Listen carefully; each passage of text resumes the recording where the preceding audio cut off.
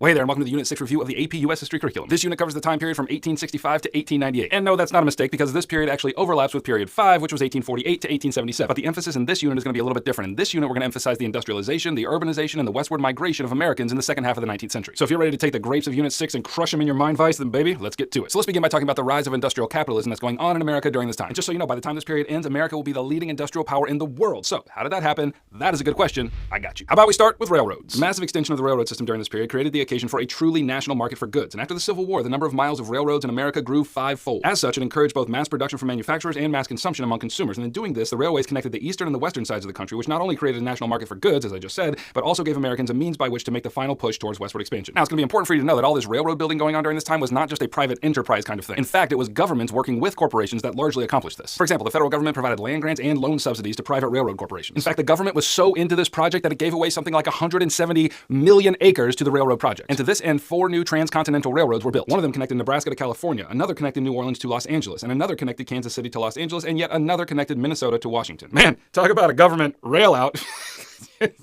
Anyway, it wasn't all puppies and rainbows. Due to the Panic of 1893, about a quarter of those railroads ended up filing for bankruptcy. And as a result of this, bankers rushed in to grab control over these companies, and by 1900, 2/3 of all the railroad companies were controlled by only 7 entities. Now, this certainly made them more efficient, but it also created regional monopolies, on which more later. Now, in order to lay said buttloads of railroads, a new technological process came along to make it all possible. It was called the Bessemer process, and that enabled manufacturers to produce huge quantities of very high-quality steel. Basically, what Henry Bessemer discovered is that if you blast air through molten iron, you get a much higher quality steel in the end that is far stronger than before. Now, once the steel industry took off in the midst of everything I just mentioned, one man rose to the top, and here's where I introduce you to Andrew Carnegie. He pioneered a new business practice called vertical integration. And what that means is that one company controls every stage of the manufacturing process. In Carnegie's case, that meant that his company controlled everything from the mining of iron ore to the delivery of the final product. And something similar happened in the oil industry with John D. Rockefeller. His company was named Standard Oil, and as that company grew, he made shrewd business decisions that forced his competition to sell their businesses to him. And as a result of this, by the 1880s, Standard Oil controlled something like 90% of the oil industry. And this practice was known as horizontal integration. Just buy out all your competitors until there's no competition left. Now, the reason why Carnegie and Rockefeller were able to do such things is because of the economic environment of the times, which was an extreme laissez-faire capitalism. Laissez-faire, in case you don't know, is just a French word for let it be. So laissez-faire economics basically describes an environment in which the government is very hands-off with respect to business enterprise. Of course, this idea was rooted in the writings of Adam Smith, and he argued against the government-heavy mercantilist economic systems of his own day, saying that everything would be more prosperous if we left the economic decision-making to individuals. And those individual decisions would be guided by the forces of supply and demand. However, America's situation during this time was actually undermining Smith's thesis because his whole system was built upon competition. And if someone like Rockefeller was eliminating all the competition, then supply and demand just could not work. Also contributing to the situation was social Darwinism as applied to economics. You see, biological Darwinism in the world of nature is the idea that only the fittest survive and then rise to ascendancy. Now, social Darwinism, as you may remember from the last unit, was already widely applied to political realities and social realities, but here it was argued that if the world's wealth was concentrated into the hands of the fittest, then that would be best for everyone. However, in order to balance this perspective, I need to tell you about Andrew Carnegie's gospel of wealth. Carnegie, as I already mentioned, was a steel tycoon, and he argued that those with wealth had a God-given duty to invest their wealth into society by philanthropic works. And he went ahead and put his money where his Carnegie was and ended up donating something like $350 million to build libraries and concert halls and universities. Anyway, back to all this consolidation of power in the economic sphere. This practice of monopolizing an entire market came under sharp criticism by the end of the century. And so in 1890, Congress passed the Sherman Antitrust Act, which made such activity illegal. However, the legislation was worded just vaguely enough that there weren't many convictions and weren't many trusts busted up as a result of this act. However, that'll come in the next period, but we're not in that period, we're in this period. Now, it probably shouldn't surprise you that with all this unchecked growth in industry, society began to change as well. This growth of industry raised the standard of living for most folks, but it also sharply divided the different classes. Now, I've already mentioned the names of some of those in the elite class like Carnegie and Rockefeller, those new millionaires who were made in the image of industry. But also during this time, you have a growing middle class. And with the growth of the middle class and the rise of all this industry, a new kind of work was required, namely white-collar work. It was called white-collar work because the folks who did it got all dressed up in their suits and their white collars and then went to work. See, these weren't laborers on the factory floor, these were salesmen and managers. So that's a little peek into the middle class, but you also had the laboring class. And for them, wages were barely enough for sustainability, even though they worked long hours for 6 days a week. And for many of these families, one income was not enough to support the whole family, so the women and the children worked in factories too. And for much of the laboring class, the work environment was pretty punishing. And as you probably know from world history, that cannot go on forever. And here's where we see some real traction beginning with labor unions. You see, factory work, not to mention railroad work and mining work, all of this was dangerous and exhausting. Among the folks who labored in these professions, there were many injuries and not a few premature deaths. And if ever the workers wanted to argue with the powers that be for better working conditions and wages, they soon found out that all the power for negotiation was in the hands of the corporation.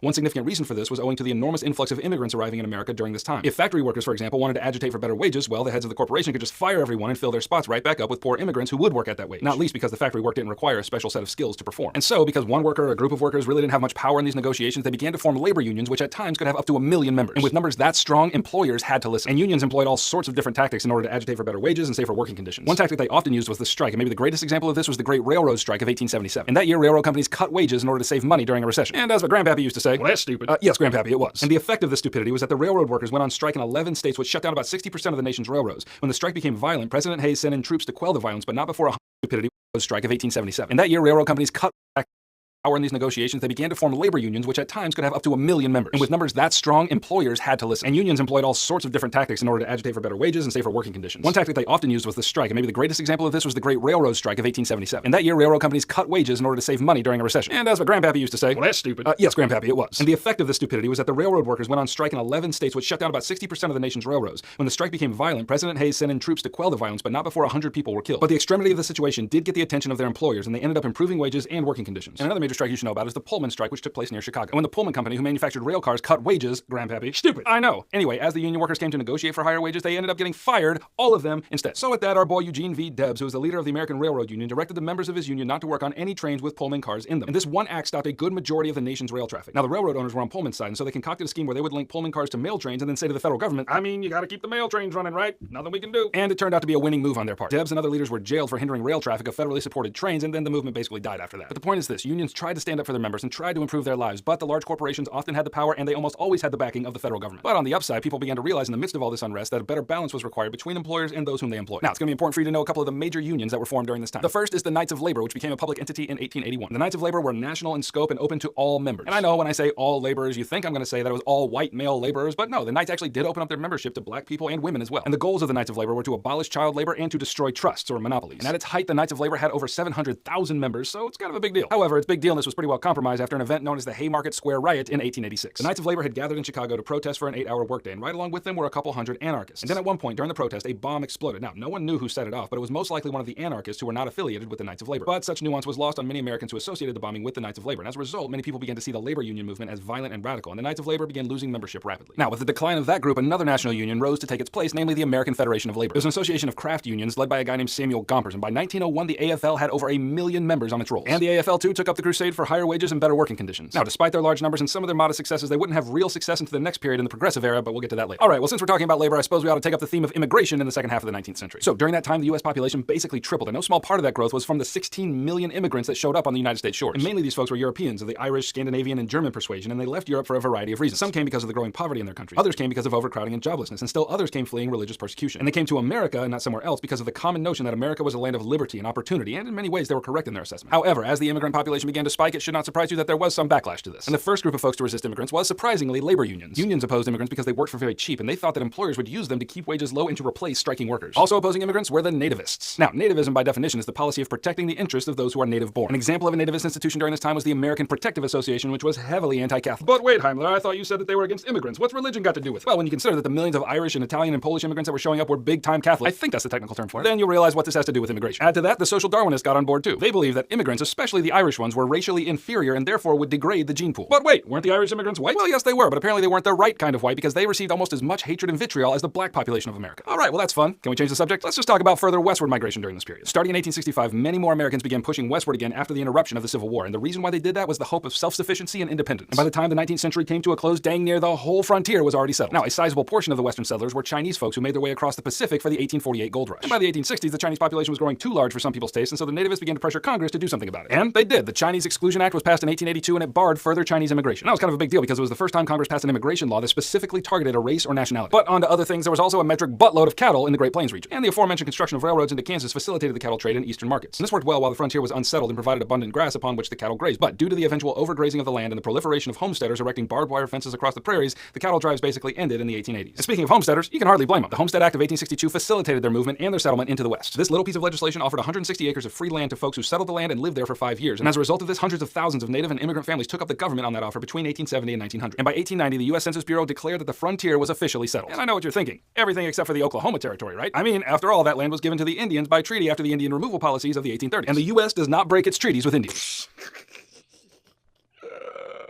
Wouldn't that be hilarious if we were like that? No, they went ahead and broke that treaty and opened up the Oklahoma Territory to settlement as well, but I'll get back to that in a minute. But first, we need to finish talking about the closing of the frontier. And in order to do that, I need to introduce you to Frederick Jackson Turner. He wrote a very significant essay called The Significance of the Frontier in American History, which was published in 1893. And Turner argued that the closing of the frontier was a troubling reality because westward expansion had always been a means of releasing American discontent. If you didn't like the way things were going, just move west. He further argued that the frontier had always been a great class and societal leveler, and now that that was gone, he wondered, would America find itself in the same kind of class struggles he observed in Europe? Anyway, I said I'd get back to the Indians. Now's the time. So after the building of the transcontinental railroads and the metric buttloads of people that were migrating out to California into Oregon and the other Western territories, the federal government came up with something called the reservation system. Under this system, Indian nations were assigned tracts of land called reservations, and by contrast with the Oklahoma Territory, these tracts had strict boundaries. But don't worry, these reservations were a lot smaller than previous land grants from the federal government, and most of the Indians consigned to reservations refused to restrict their movements to these new boundaries and instead followed the buffalo wherever they went. And this commitment, as you could probably guess, led to some violence. For example, the Sioux Wars. The Sioux actually won a decisive victory against the U.S. Army in 1866, but in 1871, Congress sparked a new fight with the Indian Appropriation Act, which ended federal recognition of the sovereignty of Indian nations and therefore nullified all previous treaties made between the two parties. That act led to another war with the Sioux and a war with the Comanches, which the Americans won. And with the constant pressure of settlers coming to look for gold on their land and the extinction of the bison herds from the plains, the remaining Indians had little choice but to capitulate to the demands of the federal government. But the last stand of the Indians came in the form of the Ghost Dance movement. And it was a nationwide movement of resistance against encroachment of Americans on Indian land. Indians across the nation came to believe that if they took up the ritualistic ghost dance, that their ancestors would return and drive the white people from their lands. But as it turns out, their ancestors did not show up, and in December of 1890, with the killing of more than 200 Indian men, women, and children at Wounded Knee, the period of Indian resistance was effectively over. And after this came the assimilationist movement, which was the attempt to end Indian culture by forcing them to assimilate to American values. To this end, Congress passed the Dawes Act of 1887. And this act broke up tribal organization because in the congressional mind, this is what kept them from assimilating to American culture. And the Dawes Act also divided up tribal lands into 160-acre plots and said that they could have U.S. citizenship if they lived there and then Americanized themselves. Okay, so we also need to talk about westward migration in terms of economics. And you need to know that the business of agriculture began to shift during this time. Farmers in the north and the west came to rely more and more on single cash crops like wheat and corn to sell in national and international markets. The process of farming changed too as farmers were coming to rely more and more on expensive machinery powered by steam engines like combines. The effect of this was to put the smaller farmers out of business because they couldn't afford that machinery and therefore couldn't compete in the market. But large or small, all farmers began to feel the economic pinch during this time. Industrial trusts made sure that prices remained high on manufactured goods upon which farmers relied to live. Add to that, railroad corporations charge unnaturally high prices to ship farmers' crops to market. And as a result of all of this, farmers began to gather themselves into organized movements of resistance. And the most well-known of these organizations was the National Grange Movement. It was organized in 1868 as a social and educational collective aimed at bringing farmers together. But it soon became political and leveraged its large membership to defend farmers against the effects of trusts and railroad exploitation. The Grange had some success in this respect by lobbying legislators to pass laws against price gouging on the railways and further laws against the practice of railroad owners granting special privileges to preferred customers. The most significant legislative victory for this movement was the Interstate Commerce Act of 1886. It legally required railroad rates to be reasonable and just, and it established a federal commission in order to oversee this process, which is to say the Interstate Commerce Commission. But the West was not the only place that was bursting with population during this time, it was in the cities as well. In fact, by the end of this period, almost 40% of Americans lived in cities. Urbanization went hand in hand with industrialization. And in the last unit, we talked about how people of the laboring class, especially immigrants, crowded into poorly ventilated, disease-riddled housing developments called tenements. And that's still true during this period. However, we do need to shift and talk about a different housing movement going on during this time, namely suburbanization. Suburbs consisted of hundreds and thousands of individual houses built outside the city, and this is the place where the middle class and the upper classes largely resettled. Abundant land at low cost made this possible, as did cheap transportation by rail. Now, we're going to talk all about politics in this age in just a minute, but while we're talking about cities, I need to talk to you especially about urban political parties and their growing subservience to political machines. And a political machine was a particularly corrupt organization of political bosses and their followers. Maybe the most famous is the political machine at Tammany Hall in New York City. It organized and met the needs of businesses and immigrants and the urban poor. And I know that sounds pretty good, but it wasn't. They helped these people not out of an exceeding generosity of heart, but because by handing out favors, the machine expected those that they helped to keep them in power come election day. And urbanization also influenced cultural change as well. It was during this time that people, especially in the middle class, began to demand entertainment and leisure as an escape from the workaday life. So you had Joseph Pulitzer's newspaper called New York World, which was filled with sensational stories that often blurred the lines between fact and fiction. Theaters became a big business with the advent of vaudevillian variety shows. And the extensive railroad network enabled P.T. Barnum to put together a traveling circus that made stops in major cities. Also during this time, we see the rise of spectator sports like baseball and football and boxing because, hey, why play a sport when you can watch other people play it? But I recognize I'm probably making city life sound way more delightful than it actually was. For most people, urban life was tough. And what with all the nativism and the political machinery and the unsafe living quarters and the diseases, some people sought some reform for those suffering in the cities. And chief among this reform movement were the settlement houses. And these houses provided social services to the poor in order to enrich the neighborhood. The most famous of these settlement houses was the Hull House, established by Jane Addams in 1889. There, she and her volunteers taught English to immigrants and pioneered early childhood education. And the settlement house movement was one largely led by women. But women also got themselves involved in other movements as well. There was a big push for women's suffrage during this time. And in 1890, Elizabeth Cady Stanton and Susan B. Anthony formed the National American Women's Suffrage Association, or NASA, which worked tirelessly to secure the franchise for women. And women in large numbers also took up the cause of temperance, or abstinence from alcohol. The Women's Christian Temperance Union was formed in 1874 to this end, and they had 500,000 members by 1898. Related to this, we saw the establishment of the Anti-Saloon League in 1893, whose chief goal was to persuade Congress to close down bars and saloons. And I just have to tell you about one woman in particular. It was Carrie A. Nation, and she was unwilling to wait for Congress to act on the saloon issue, so she just grabbed a hatchet and went from bar to bar, hacking away at beer kegs and liquor casks. Now, another pillar of the reform movements during this time was something called the social gospel. And this was the idea preached from more progressive pulpits of the era that Christian principles ought to be applied to right societal wrong. In the 1880s and the 1890s, many Protestant preachers crusaded for social justice for the poor, and they encouraged middle-class citizens to take up the mantle of solving urban problems as their Christian duty. And artists also responded in their own way to urbanization. And let's start with literature. Most of the literature that was published right after the Civil War were really just romanticized hero stories. But during this time, we see the adoption of realism as a vehicle for storytelling. Perhaps the greatest of these authors was Mark Twain, whose book Adventures of Huckleberry Finn realistically depicted the corruption, violence, and racism of American society. And painters got a dose of realism too. For example, here's James McNeill Whistler's painting titled Arrangement in Gray and Black. And it's a picture of his mother, and that's about it. Like, there she is.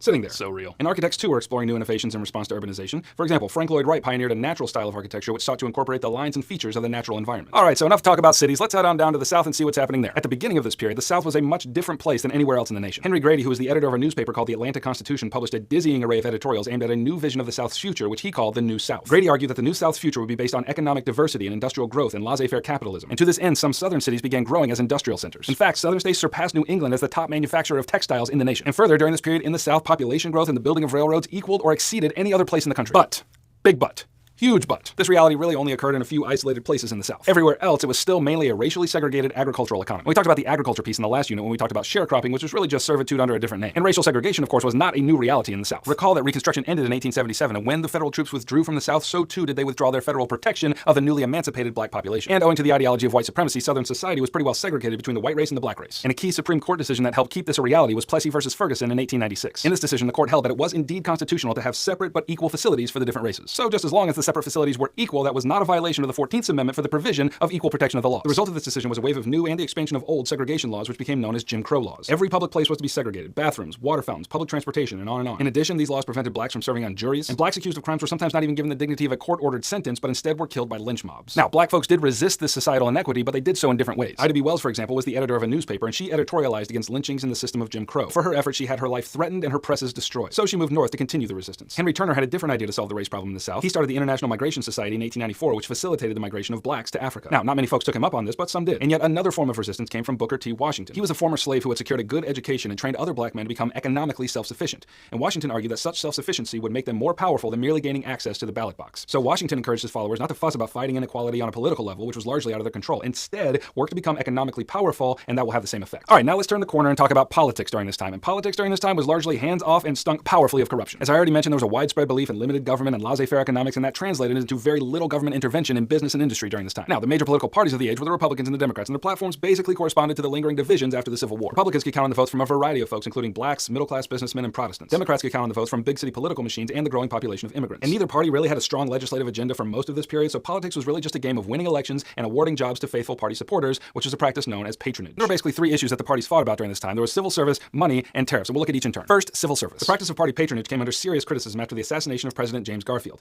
After winning the election, hordes of Republican faithfuls flooded the White House seeking appointments to federal jobs, and one man whom Garfield passed over for a job decided that he was going to go ahead and shoot the president for such a snub. And so as a result of that, we got the Pendleton Act of 1881, which sought to correct the patronage system for civil service. The Pendleton Act created a competitive examination for civil service jobs, and those who got the higher scores got the jobs. And that seemed to be a win for democracy, but it was at this point that politicians shifted from relying on the party faithful to fund and work on their campaigns over to a handful of wealthy people. Okay, now the second fight, money. Farmers and entrepreneurs wanted the money supply expanded to include more paper money in circulation. This would allow them to borrow more money at lower interest rates and to pay debts with inflated dollars. Later, they also advocated for the unlimited coinage of silver, but I'll get back to that in a moment. Bankers and investors, on the other hand, rejected this and wanted to keep U.S. currency on the gold standard. And what that means is that the economy only gets as much paper money as can be backed up by the value of the gold stored in U.S. vaults. And the reason why they wanted to stick to the gold standard was because in that case, money is better able to hold its value against inflation. Okay, now the third fight was over tariffs. Now it's going to be important for you to know that in the 1890s, tariffs provided over half of federal revenue. And during the Civil War, Congress put those tariffs in place to fund the Union effort and to protect American industry. But after the war, they kind of just let those tariffs sit there. And as American industry benefited from this protection, both farmers and consumers were suffering. Farmers suffered because other nations enacted retaliatory tariffs, which meant less international sales for their crops. And consumers suffered because tariffs kept the prices of imported goods very high. Now, even though the major parties disagreed about these issues, both the Democrats and the Republicans were pretty lethargic about actually doing anything about them. That is until the rise of a new political party shook them away. And here's where I introduce you to the Populist Party. The folks in this party first met in 1892 and wanted to correct the concentration of economic power held by banks and trusts. They composed the Omaha Platform, which outlined their political and economic reforms. And in case you're wondering what those reforms might be, I'm about to explain it up for you. On the political side, the Populists wanted the direct election of senators. Now remember, according to the Constitution, senators were to be elected by state legislatures. Populists wanted to put that decision in the hands of the people. The second political reform they wanted to enact was the use of initiatives and referendums, which allowed the people both to propose and vote on legislation. On the economic side, the Populists argued for the unlimited coinage of silver and a graduated income tax, which means the more someone makes, the higher percentage they pay in taxes. And to add to that, they also wanted an 8-hour workday for laborers. And there was way more in the Omaha Platform, but these reforms give you a good idea of what the Populists were all about. Now, no populist candidate ever won a presidential election. However, by the election of 1896, the Democratic Party took up some of the main tenets of populism into their own platform, the most important being the unlimited coinage of silver, and thus secured much of the populist vote. Despite all of that, the Republican candidate William McKinley won the election of 1896. And right as he got into office, he had himself a little stroke of luck. As I mentioned before, Republicans wanted to keep the gold standard for money circulation, and just as McKinley assumed office, a buttload of gold was found in Alaska, which increased the money supply. This made the Republicans happy because the gold standard was upheld, and it made the opposing Silverites happy because it had the effect of increasing the money supply. And at that point, everyone was satisfied and they lived happily ever after.